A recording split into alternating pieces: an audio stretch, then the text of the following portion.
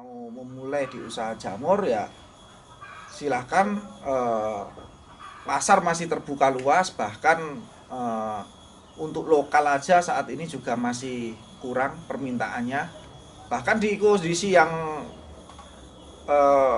negara yang goncang karena virus corona ini, Pak, jamur aman, Pak. Oh, Nggak jamur, kena imbas jamur sama nggak sekali. ngaruh. Nggak kena imbas sama Luar sekali. biasa. Makanya mari semua kalau memang berniat bisa konsultasi, bisa sharing.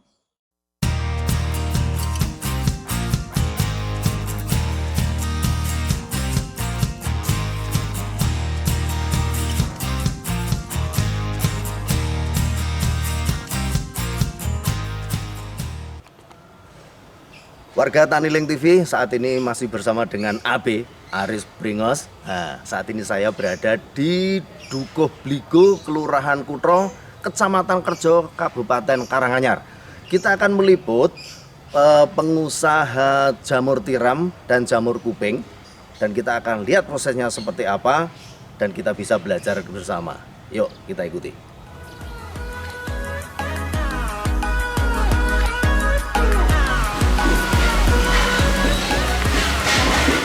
Nah, saat ini kita sudah berada di tengah pabrik.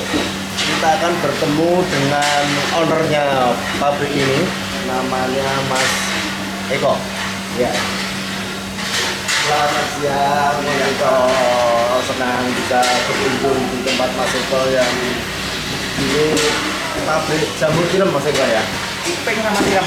Oh, kuping sama tiram. Oh ya, Mas Eko.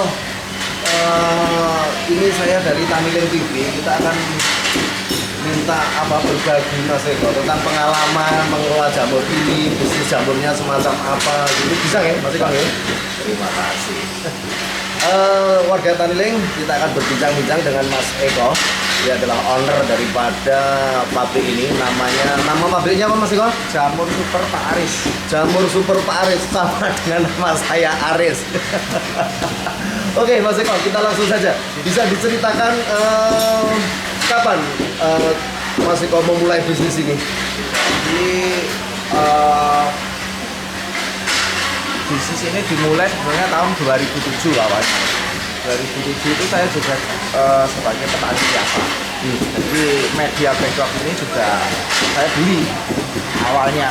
Cuman lama-kelamaan karena permintaan jamur semakin banyak, akhirnya kan yang saya kalau mau mendatangkan backlog itu kan harus antri yang sangat lama. Jadi akhirnya saya sama Bapak Pak Aris itu inisiatif untuk membuat produksi sendiri. Jadi produksi sendiri ini dimulai tahun 2013-an awal, Pak. Kita mulai produksi. Jadi awalnya per hari itu cuma produksi dulunya itu 500 backlog sampai 1000 backlog per hari. Dan sekarang itu alhamdulillah sudah bisa mencapai 5.000 sampai 6.000. 5.000 sampai 6.000 backlog per hari ya? Iya. Backlog itu tempat untuk nanamnya Ya, itu ya? Media tanamnya ya? Media tanamnya. Sekarang 5.000 sampai 6.000. Wih, luar biasa. Jadi setiap hari ya keluarin satu red. Satu red itu berapa backlog? 5.000. Oh, satu red itu 5.000 backlog. Oh, ini yang dinamakan backlog ya? Ya, Mas Eko. Mas Eko bisa diceritakan bagaimana proses untuk jamur ini dari awal, bisa diceritakan gimana mulai prosesnya? Ya pertama kan bahan dasarnya dulu Pak ya. Ya. Bahannya itu satu serbuk gergaji, serbuk kayu. Ya, kami menggunakan serbuk kayu sengon. Oh, seperti yang di depan ini ya? Ya. Ini media serbuk kayu sengon. Ini saya kontrak dengan pabrik di Wonosobo. Jadi per hari saya satu red serbuk sengon dari Wonosobo. Terus kemudian di mixing, dicampur kapur sama beratur. Nah, setelah di mixing baru diproses resin seperti ini. Ya. Terus setelah ini jadi, ini masuk ke Setelah ini di packaging seperti ini, baru sterilisasi di oven berapa lama? selama 12 jam. 12 jam. Lama juga ya? 12 jam. Terus setelah di oven, mungkin kita bisa sambil lihat ovennya ya? Atau sambil jalan kita. Nah ini oven Pak, satu drum ini kapasitas 2000 backlog. Jadi kita mempunyai 4 oven. Ini kapasitas oven kita 8 backlog. Nah jadi setelah proses sterilisasi tadi Pak, kita diamkan. Biasanya kan selesainya kan sore kita diamkan sampai besok pagi, baru ini dibuka, diturunkan, masukkan ke ruang inkubasi. Jadi ruang-ruang kita ada sekitar 9 ruang untuk proses pendinginan untuk sirkulasi gitu. Jadi ini saya pendinginan ini 2 kali 24 jam. Jadi diturunkan dari sini setelah dingin ya? Ya, Ya masih panas, ini masih panas Pak. Pendinginannya kan di ruang pendinginan. Ya. Kita diamkan selama 2 kali 24 jam. Setelah benar-benar dingin baru media backlog ini ditanam.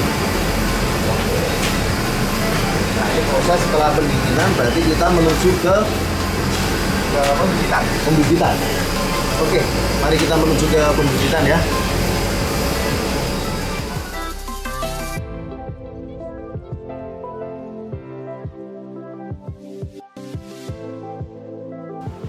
Ya, Mas Eko, berarti kita berada di ruang inkubator ini ya. Ya. Terus ini bibitnya di mana ya, Mas? Ini Pak, ya bibitnya Oh, berupa ini untuk botol ini. Ini ya. Ya, ini kan melalui proses juga sebelum ini, nanti untuk proses pembuatan bibit ini di atas ada nanti. Nah, ini yang dibibitkan dimasukkan ke dalam backlog setelah melalui proses packaging, sterilisasi, pendinginan, baru backlog itu nanti dikasih bibit. Kalau dia udah benar-benar Ini wujudnya bubuk atau gimana? sama, ini juga wujudnya dari serbuk kayu Pak. Ini dari serbuk kayu Iya, juga? dia berupa putih ini kan melalui proses spora ini Pak, perambatan spora ini. Jadi ya ini sebenarnya intinya kan yang diambil sporanya ini Pak, sporanya ditaruh ke dalam backlog itu tadi. Oh, boleh lihat gimana cara naruhnya ini, Boleh? Mas Eko? Mungkin sama mbaknya. Oke.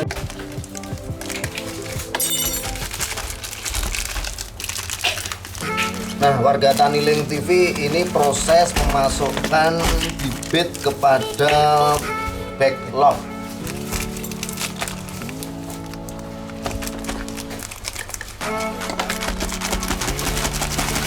Sehari bisa memasukkan berapa backlog, Bu? 1000 Pak. 1000. Wow, Itu satu orang. 1000 satu orang. Kalau Mas lagi kerja produksi ya sehari 2000. 2000. Biasanya satu backlog ini berapa gram? Keluar jamurnya Keluar jamurnya. ya 0,3. 0,3 on ya. Standarnya. Cuman kalau dia di budidaya di tempat yang atau dataran tinggi, ya kan lebih bagus untuk perkembangan jamurnya. Bahkan di petani yang per backlog itu bisa sampai keluar 5 ton pun bisa. Jadi semakin dingin semakin bagus. Oh, semakin dingin semakin bagus. Terus ini sudah siap untuk dijual ya, dijual ke petani ya. Jadi warga Taniling TV, Mas Eko ini selain beliau memproduksi jamur, tapi Mas Eko ini juga memproduksi backlog ini, yang mana backlog ini untuk dijual kembali. Habis ini kita kemana? Mau menunjukkan apa, Mas Eko? Sudah cukup atau ada lagi nih? Ada proses pembuatan bibit. Oke, kita akan menuju ke proses pembuatan bibit. Ya. Ini proses, kita berada di proses pembuatan bibit. Bisa diceritakan, Mas Eko? Nah ini tempat pembuatan yang bibit botol itu. Ya, sebelum dimasukkan ke backlog tadi, kita kan harus membuat bibit yang namanya F2. F2 itu diletakkan di botol itu. Jadi prosesnya ya hampir sama seperti backlog Pak, cuman medianya, wadahnya aja yang berbeda gitu loh. Jadi wadahnya itu kalau yang backlog itu plastik, kalau yang F2 nya itu botol.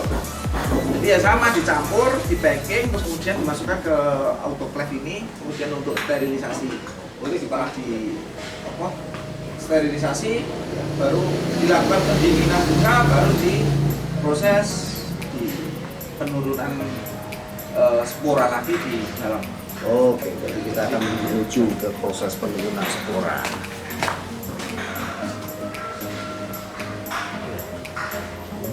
Gelap nanti mati spora. Nah ini spora-sporanya Pak, ini F2 nya. Jadi awalnya juga cuma dari botol seperti ini aja Pak. Jadi mengalami proses penurunan yang banyak. Nah ini kan, jadi kalau botol ini tadi diturunkan ke backlog, kalau spora ini dia diturunkan ke media botol. Ya, awalnya seperti ini. Bibirnya yang ini ya? Ya, namanya F0 ini Pak. F0. Ya. Oke.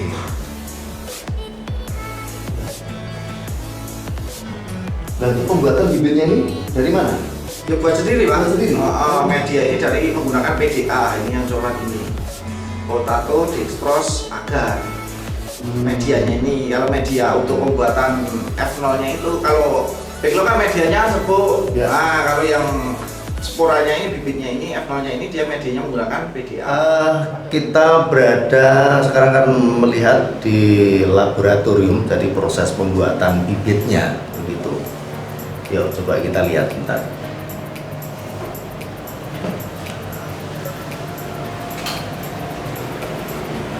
Nah, ini kita prosesnya semuanya di dalam blok laminer. Ini UV-nya nggak saya nyalakan ini Pak. Oh, iya.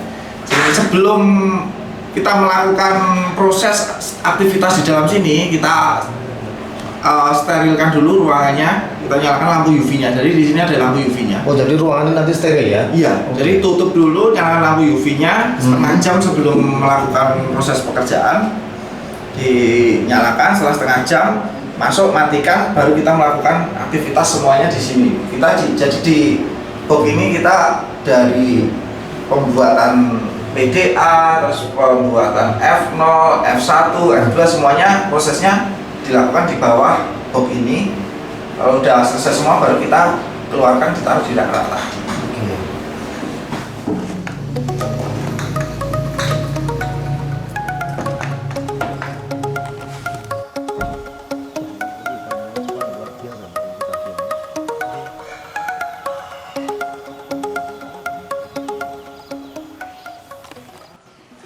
Kita berada di kumbung jamur.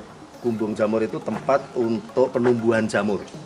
Ya, jadi kita bisa lihat ini proses akhir daripada budidaya jamur. Yuk.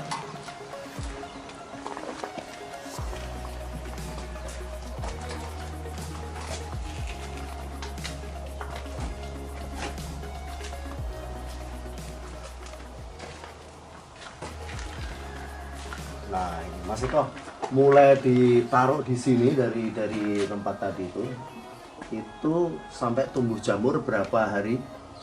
1 bulan. Satu Satu bulan? bulan baru di lubang. Jadi nantinya ini kan masih proses perambatan miselium. Ya. Jadi tadi awalnya kan berbentuk coklat warnanya. Oh, sampai serbuk putih coklat. semua dulu ya. Sampai putih sekitar 1 bulan, baru nanti di sini disobek. Dua kanan kiri itu disobek. Nah, kalau ini kan Terus jadi tumbuh ini ya. ya, tumbuh kayak gini. Ini kan biasanya yang kalau tumbuh duluan ini biasanya rata-rata dari kapas, Pak. Dari Oke. kapas, silakan bibit tadi kan pertama kali ditaruhkan di bawah kapas ini, Oh, di bawah cincin kapas. ini. Nah, dia kan otomatis miseliumnya ini ibaratnya tua duluan gitu loh Pak. Nah, belum di lubang, makanya dia cari celah. Cuman paling biasanya kayak gitu beberapa aja. Satu apa ini? Satu apa namanya? Backlog. Backlog.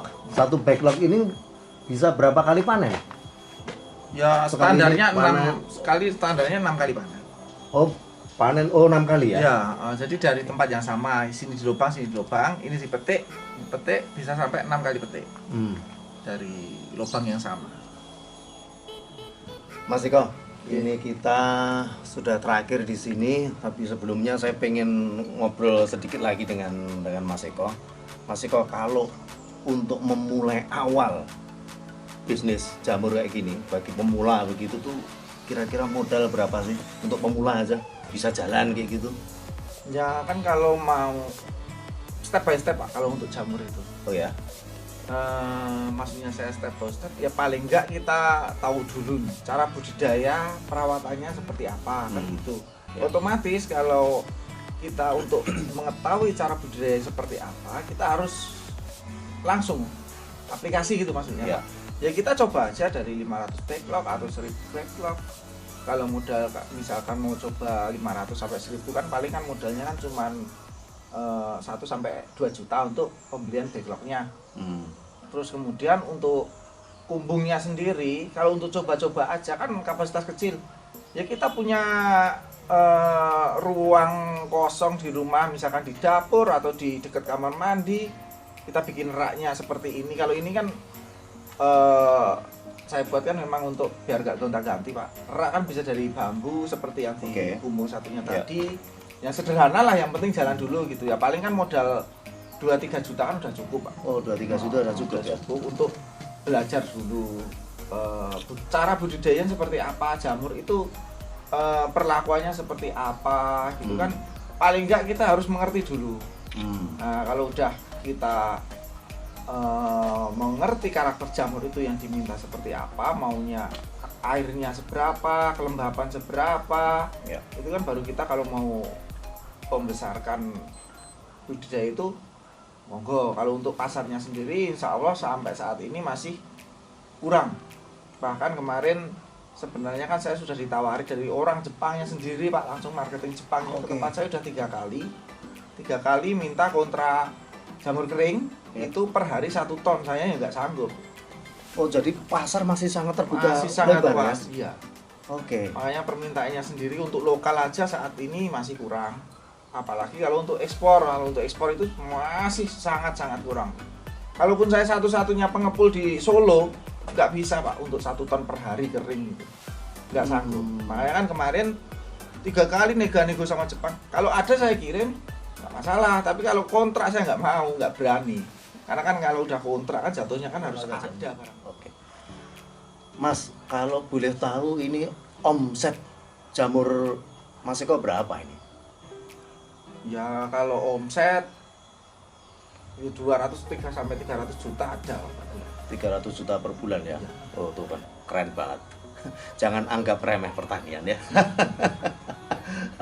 Bicara mengenai pemasaran Mas Eko untuk pemasarannya itu pakai cara bagaimana? Online atau bagaimana? Berbagai cara Pak. Awalnya saya juga terjun sendiri ke pasar. Awalnya saya ke pasar-pasar, pokoknya di mana situ ada peminat jamur ya saya masuk ke situ. Itu pasarnya pasar tradisional itu atau gimana? Pasar tradisional Pak. Oh. Pasar tradisional, bahkan yang kalau yang di Surabaya itu saya malah masuk ke pengepul, cuman dia dari pengepul itu dia nanti akan suplai supermarket gitu. Cuman kalau supermarket kan kuotanya sedikit Pak. Harga memang tinggi, cuman kan permintaannya sedikit lah. Saya sendiri nggak sabar, stok saya banyak kok, saya harus main sedikit. Makanya saya terjun ke pasar-pasar tradisional seperti di kota-kota besar, Solo, Bandung, Jakarta, Bogor, Malang, Sidoarjo, Surabaya kayak gitu kan saya terjun situ. Cuman kan itu dulu Pak. Kalau untuk sekarang kan zaman teknologi canggih ya bisa pakai HP Pak. Kita bisa pakai HP itu kita udah nggak tahu kondisi pasar di mana-mana kan, banyak sekarang fasilitas medsos, aplikasi-aplikasi pertanian kan banyak, tinggal kita mau pilih yang mana. Termasuk dulu pernah memasarkan di Taniling ya? Iya, di Taniling. Pasarkan di Taniling lama. Terus Mas Eko, untuk memulai bisnis atau selama bisnis jamur ini kendala yang dihadapi apa? Ya, kalau kendala namanya bisnis kan nggak ada yang mulus. Orang pengennya usahakan mulus Pak. Cuma kan kadang saya yang terus sebagai motivasi saya untuk serta petani-petani yang lain yang mau mencoba. Intinya kan kalau usaha kan yang pertama itu carilah pengalaman dulu. Kalau kita usaha pokoknya harus untung, nggak awet itu.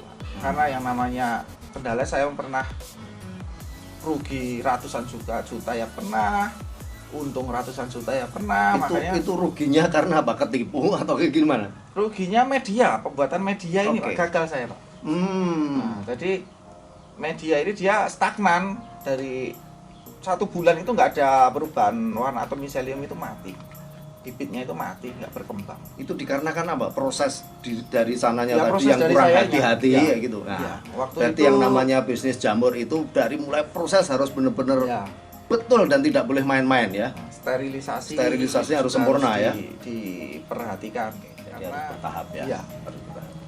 Oke, Mas Iko, sebagai penutup ini dari ngobrol-ngobrol kita, terima kasih atas waktunya Mas Iko yang sudah memberikan waktunya buat kami, dan sukses selalu buat Mas Iko. Amin. Jamurnya semakin berkembang dan menjadi inspirasi buat teman-teman nanti yang melihat dari warga Taniling TV. Terakhir mungkin dari Mas Eko, pesan apa yang perlu disampaikan Mas Eko buat kaum muda atau warga Taniling TV, monggo untuk menyemangati. Ya paling enggak kalau kita mau melakukan usaha atau kita mau melangkah gimana supaya kita sukses dan berhasil, yaitu yang satu kuncinya jangan cepat menyerah. Namanya usaha pasti jatuh bangun itu sudah biasa dalam hal usaha, khususnya di jamur. Jamur itu juga dikira mudah juga nggak mudah, dikira sulit juga sebenarnya mudah, tinggal butuh ketelatenan. Kalau mau memulai di usaha jamur ya silahkan, pasar masih terbuka luas, bahkan untuk lokal aja saat ini juga masih kurang permintaannya. Bahkan di kondisi yang negara yang goncang karena virus corona ini Pak, jamur aman Pak. Oh, Nggak kena imbas jamur sama nggak sekali. ngaruh. Nggak kena imbas sama sekali. Luar biasa. Makanya mari semua kalau memang berniat bisa konsultasi, bisa sharing, karena brand Jamur Super Pak Aris saya di Facebook ada, Instagram ada, kontak-kontaknya juga sudah lengkap semuanya. Oke, terima kasih Mas Eko. Jadi Jamur Super Pak Aris. Jamur Super Pak Aris. Silakan bisa dicari di Facebook, bisa dicari di Instagram, dan kalau pengen budidaya bisa kerjasama berkolaborasi dengan Mas Eko, bisa konsultasi, bisa dipasok backlognya, lupa terus saya itu backlog. Bisa dipasok backlognya dari Mas Eko, dan pemasarannya pun dijamin oleh Mas Eko, bisa dibeli oleh Mas Eko. Ini keren banget karena biasanya orang memulai bisnis itu kendalanya di pemasaran. Ini pemasaran sudah bisa dijamin oleh Mas Eko. Oke, terima kasih Mas Eko. Sampai ketemu lagi. Ya. Salam sukses warga Taniling TV. Mantap.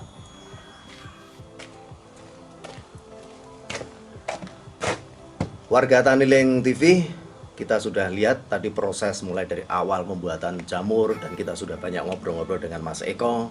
Dan satu hal yang perlu kita catat bahwa pasar jamur sangat terbuka lebar, dan pasar untuk ekspor sangat terbuka lebar. Bahkan Mas Eko belum bisa memenuhi karena saking gedenya permintaan. Artinya apa? Artinya bahwa bisnis jamur ini masih sangat prospek untuk dijalani, dan selalu menjalin relasi atau berjejaring sesama pengusaha jamur mengenai pemasaran, mengenai apapun juga, bisa berhubungan dengan mereka-mereka yang sudah bergerak di bisnis jamur lebih dulu. Terima kasih dan sukses buat warga Taniling TV. Pertanian jangan anggap remeh.